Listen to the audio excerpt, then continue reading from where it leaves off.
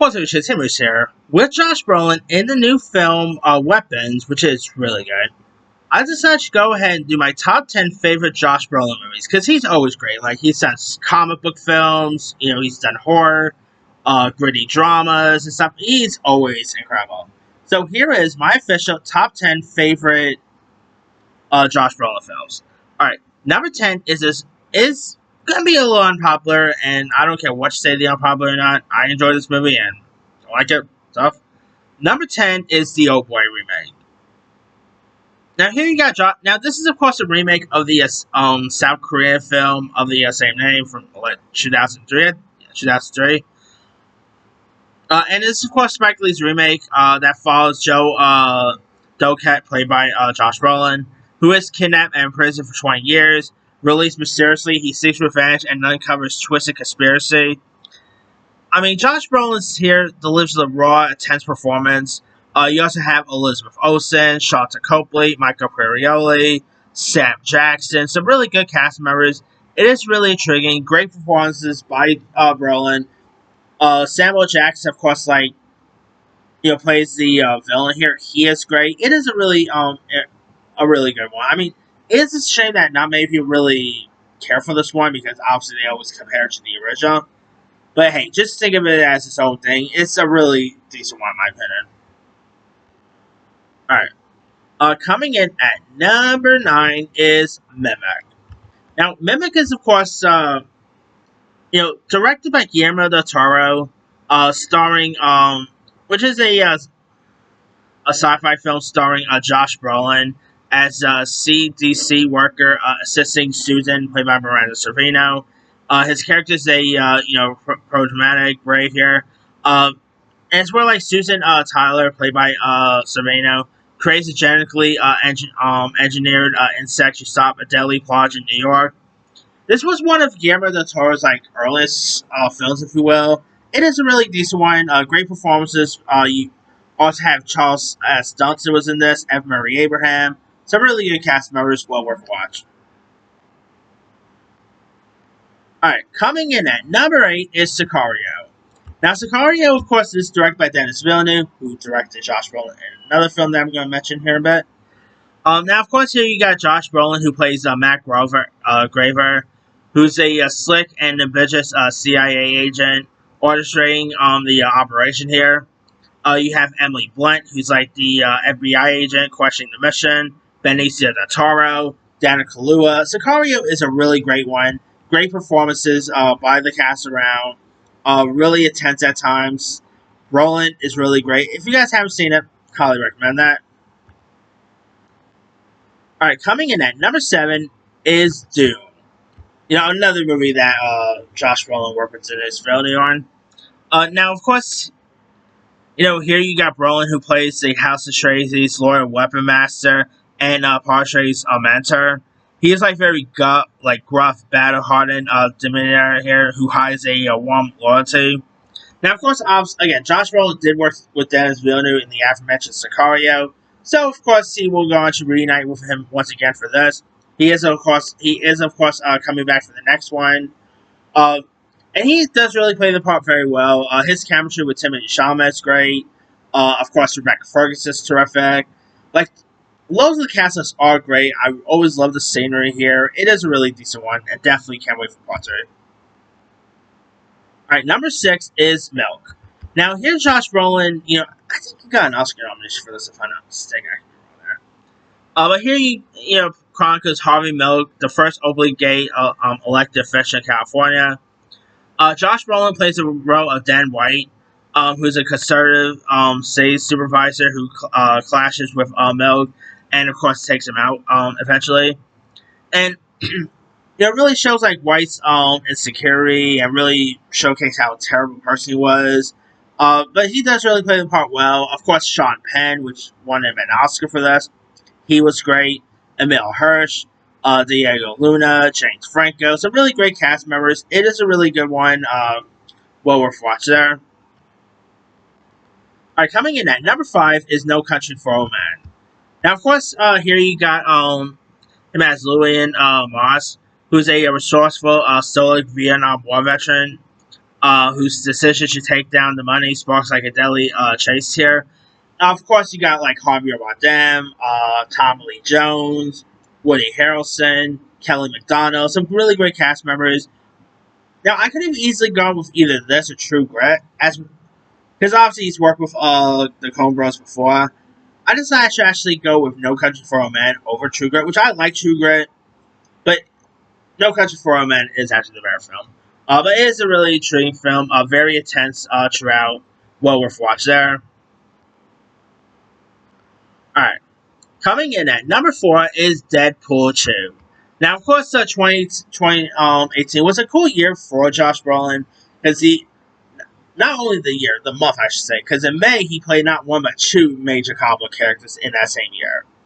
One of which is, of course, Cable. Now, here, of course, he plays a grizzled cybernetic mutant from the future, who, of course, is driven to stop the kid Russell, and, of course, his deadpan initially and physically contests Deadpool's quips here. And, man, Josh Brolin is hilarious throughout. You know, his, like, back and forth with Ron Reynolds' Deadpool is great. You know, him trying to, take out the poor kid, something. But, yeah, he does really a great job. And I would love to see him come back as Cable again, but I don't think that's ever going to happen.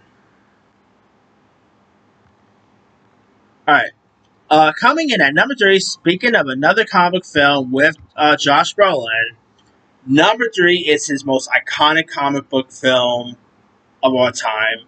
It's playing Thanos in the Avengers and Endgame films. Now, of course, he actually ended up making his debut as Thanos in one of the Guardians of the Galaxy movies. Guardians of the Galaxy of Age of Ultron, man. And he's a really great Thanos. Definitely one of the most iconic. You know, it's mostly his voice and motion capture, but he just does. He's just one of the most iconic villains of all time. Definitely one of the top tier ones. I mean, it really wasn't obviously Josh Brolin or when he was when the Thanos character first popped in the first Avengers, it was mostly a different actor and stuff. But he really, like, his motion capture performance as a Mad Titan is both menacing, tragic. You know, in Infinity War, he of course plays a philosophical villain, believing his genocide plan is necessary. Obviously, you have Zoe Saldana as his Dora Gamora. I mean, it's just such a great performance. One of the most iconic MCU villains there is. Whether we see Josh Brolin as Thanos again, that has to be safe. But yeah, it's just one of the most compelling and cool villains out there, and really made the Infinity Saga work perfectly. All right, number 2 is the iconic movie The Goonies. Goonies Never Die. Of course, this was actually Josh Brolin. I think it was like his first film or one of his first films, if I'm not mistaken. Here, of course, he plays Brandon, who's the teenage older brother of Mikey, a Brolin protector who initially dismisses the treasure hunt here. And he was pretty much like, he was a little bit of a douchebag on it, but he really plays the part very well. You know, really showcase how great Josh Brolin was and who, the type of great performances he will go on to play in the future. He does such a great job here. And whether we actually get that sequel, hopefully we get Josh Brolin back, but we'll see. And again, Goonies Never Die. And my number 1 favorite Josh Brolin movie is W. Now, this is, of course, directed by Oliver Stone. It stars Josh Brolin as George W. Bush. He really embodies the role perfectly. You know, I was never, obviously, a fan of George W. Bush, although he is a better president than who we have nowadays. But still, I really thought Josh Brolin just really does such a great job as the role of George W. Bush. He embodies the character perfectly, president perfectly. Of course, you do got Elizabeth Banks, James Cromwell as George H.W. Bush, Richard Dreyfuss. But I also it was a missed opportunity not to get Josh Brolin as George H.W. Bush. Because if you guys don't know, but did I say Josh? I meant missed opportunity to not get James Brolin. Because if you guys don't know, James Brolin is the father of Josh Brolin. So I just found out they never get James Cromwell was great. Always thought they never got James Brolin as George's father, but maybe he wasn't available. Who knows? Of course, Toby Jones was great. Richard Dreyfuss as Dick Cheney. Some really great cast members. 2008 was a cool year for Josh Brolin, by the way. I mean, he will go on to play a U.S. president and someone who took out a Harvey Milk. So 2008 was an interesting time to be a Josh Brolin guy. But that aside, some really good performances there. But here is my quick rundown. Alright, number 10, Oh Boy. 9, Mimic. 8, Sicario. 7, Dune. 6, Milk. 5, No Country for Old Men. 4, Deadpool 2. 3, Avengers Infinity War and Endgame. 2, The Goonies. And number 1 is Milk. Now, there's loads of other ones I could have added. Of course, he was in the, obviously, he was in Guardians of the Galaxy. He was in, Sin City, Danger Kill for, Inherent Vice. Everest, Hail Caesar, another Coen Brothers film. Only the Brave. Suburban Cops is terrible, by the way. He was in that terrible Sicario sequel. That was horrible. Flag Day. That not so good Piers Dinklage movie, Brothers. Let's see what else we have here.